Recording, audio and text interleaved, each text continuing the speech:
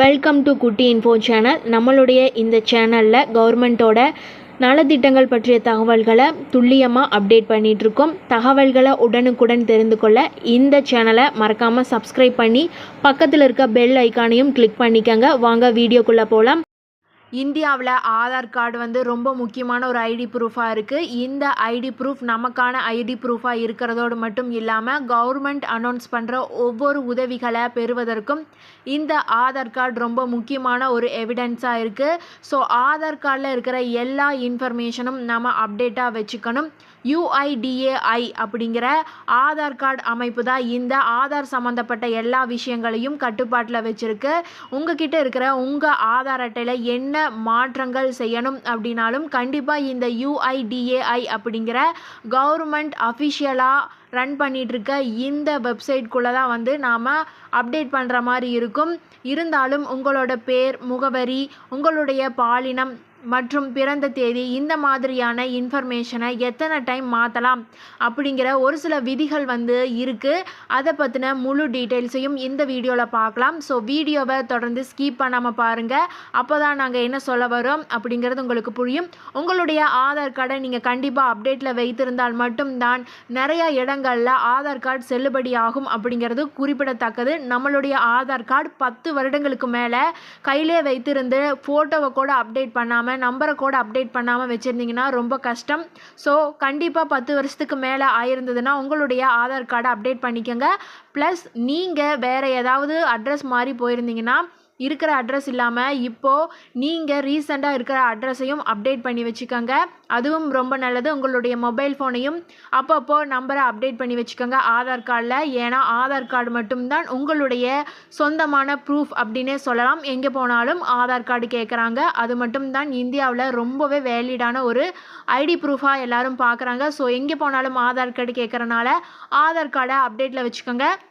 உங்களுடைய ஆதார் கார்டில் என்னென்ன இன்ஃபர்மேஷனை எவ்வளோ டைம் மாற்றலாம் அப்படிங்கிறத இப்போ பார்க்கலாம். ஸோ வீடியோவை ஸ்கிப் பண்ணாமல் பாருங்கள். உங்களுடைய நேமை பார்த்துட்டிங்கன்னா உங்களோட ஆதார் அட்டையில் இருக்கிற பேரை அதிகபட்சம் 2 டைம் மாற்றலாம் அப்படின்னு சொல்லியிருக்காங்க.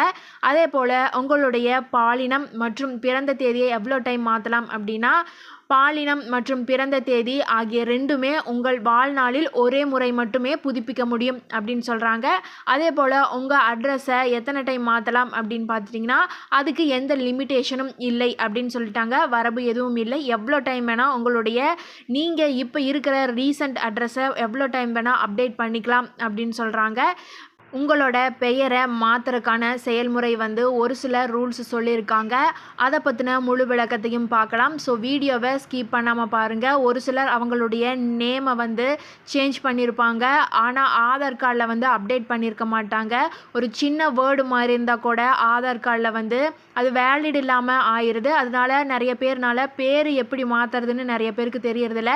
ஸோ இந்த வீடியோவில் பார்க்கலாம். வீடியோவை தொடர்ந்து ஸ்கிப் பண்ணாமல் பாருங்கள். உங்களோட பேரை மாற்ற டைரெக்டாக ஆதார் சென்டருக்கு தான் போகணும். ஆதார் சென்டருக்கு போனதுக்கப்புறம் அவங்க ஒரு ஃபார்ம் கொடுப்பாங்க. அந்த ஃபார்மோட அவங்க கேட்குற எவிடன்ஸ் எல்லாம் கரெக்டாக அட்டாச் பண்ணி கொடுத்துருங்க. உங்களுடைய பயோமெட்ரிக் டேட்டா அங்கீகாரத்திற்காக எடுத்துக்கொள்ளப்படும். உங்கள் அப்டேட் ஸ்டேட்டஸை கண்காணிக்க ட்ராக்கிங் நம்பருடன் கூடிய ரசீது உங்களிடம் அளிக்கப்படும். இந்த சேவைக்காக கட்டணம் ₹50 வசூலிப்பாங்க. இதுதான் உங்களுடைய நேமை மாற்றுறதுக்கான கரெக்டான ஒரு விதிமுறை அப்படின்னு சொல்லலாம். ஸோ அடுத்தது உங்களுடைய டேட் ஆஃப் பர்த்தை மாற்றுறதுக்கான செயல்முறையை பார்க்கலாம். நிறைய பேருடைய பிறந்த தேதி ஆதார் கார்டில் கரெக்டாக என்டர் ஆகிருக்காது. இதுக்கான ஃபார்மாலிட்டிஸ் என்ன அப்படிங்கிறத பார்க்கலாம். பிறந்த தேதியை ஒரு முறை மட்டும்தான் மாற்ற முடியும். ஆதார் பதிவு மையத்திற்கு நாம் மாற்றணும் அப்படின்னா டைரெக்டாக போயிடலாம். அதுக்கு தேவையான ஆவணங்கள் பேன் கார்டு, பிறப்புச் சான்றிதழ், பாஸ்போர்ட் அல்லது பல்கலைக்கழகம் வழங்கிய சான்றிதழ், இது எல்லாத்தையும் கொண்டு போகணும் அப்படின்னு சொல்கிறாங்க. ஒரு ஃபார்ம் கொடுப்பாங்க. அதே போல் ஃபில் பண்ணி அதுக்கு தேவையான ப்ரூஃப் எல்லாம் ஆவணங்கள் எல்லாம் கொடுத்துடணும். அவங்க கரெக்டாக இருக்கா அப்படின்னு சொல்லி சரி பார்த்ததுக்கப்புறம் உங்களுடைய பிறந்த தேதியை புதுப்பித்து கொடுப்பாங்க அப்படின்னு சொல்கிறாங்க. இதுக்கான சேவை கட்டணமாக ₹50 வசூலிக்கிறாங்க அப்படின்னு சொல்கிறாங்க. அடுத்தது உங்களுடைய அட்ரஸை எப்படி சேஞ்ச் பண்ணலாம் அப்படிங்கிறத பார்க்கலாம்.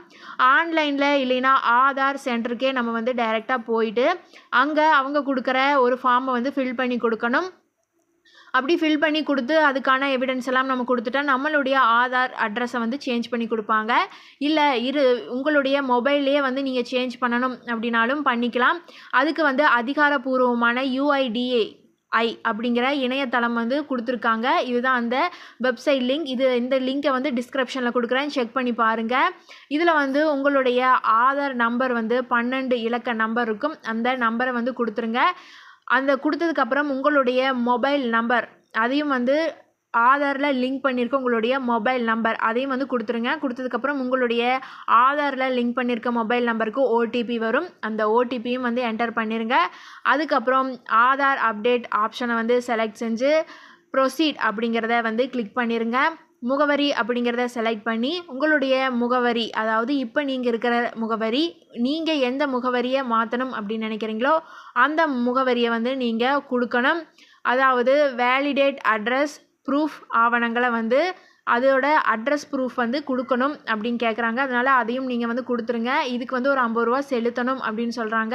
ஸோ அதையும் வந்து பேமெண்ட் ஆப்ஷனில் நீங்கள் கம்ப்ளீட் பண்ணிட்டீங்கன்னா உங்களுடைய அட்ரஸ் வந்து அப்டேட் ஆயிரும். இதுக்கான கன்ஃபர்மேஷன் மெசேஜும் வந்து உங்களுடைய மொபைல் நம்பருக்கு வந்துடும். இதுதான் முகவரி மாற்றுறதுக்கான ஒரு ரூல்ஸ் அப்படின்னு சொல்கிறாங்க. அதாவது இதுதான் வழிமுறை அப்படின்னு சொல்கிறாங்க. அதே போல் இந்த முகவரி மாற்றத்திற்காக என்னென்ன ஆவணங்கள் வேணும், UIDAI அப்படிங்கிற வெப்சைட் வந்து என்ன ஆவணம், அதாவது என்ன ப்ரூஃப் கொடுத்தா இந்த முகவரியை நாம் மாற்ற முடியும் அப்படின்னு பார்த்துட்டிங்கன்னா, உங்களுடைய பாஸ்போர்ட் இல்லைன்னா உங்களுடைய பேங்க் ஸ்டேட்மெண்ட் இல்லைன்னா பாஸ்புக், பேங்க்கோட பாஸ்புக் இல்லைன்னா உங்களுடைய பாஸ்போர்ட், அதுவும் இல்லைன்னா ரேஷன் கார்டு இல்லைன்னா ஓட்டர் ஐடி இல்லைன்னா டிரைவிங் லைசன்ஸ் இல்லைன்னா உங்களுடைய ஓய்வூதிய அட்டை இல்லைன்னா சொத்து வரி ரசீது, அதுவும் இல்லைன்னா உங்களுடைய இன்சூரன்ஸ் பாலிசி, இதில் ஏதாவது ஒன்று கொடுத்தா கூட போதும் அப்படின்னு சொல்கிறாங்க. இது கொடுத்தீங்கன்னா உங்களுடைய முகவரி வந்து அப்டேட் ஆயிரும் அப்படின்னு சொல்கிறாங்க. இதுதான் தகவல். இந்த தகவல் உங்களுக்கு பயனுள்ளதாக இருந்தால் நம்மளுடைய இந்த வீடியோவை உங்களுடைய ஃப்ரெண்ட்ஸ் அண்ட் ஃபேமிலிக்கு ஷேர் பண்ணுங்கள். முடிந்தால் இந்த வீடியோக்கு ஒரு லைக் பண்ணி இந்த சேனலையும் சப்ஸ்கிரைப் பண்ணிக்கங்க. நன்றி.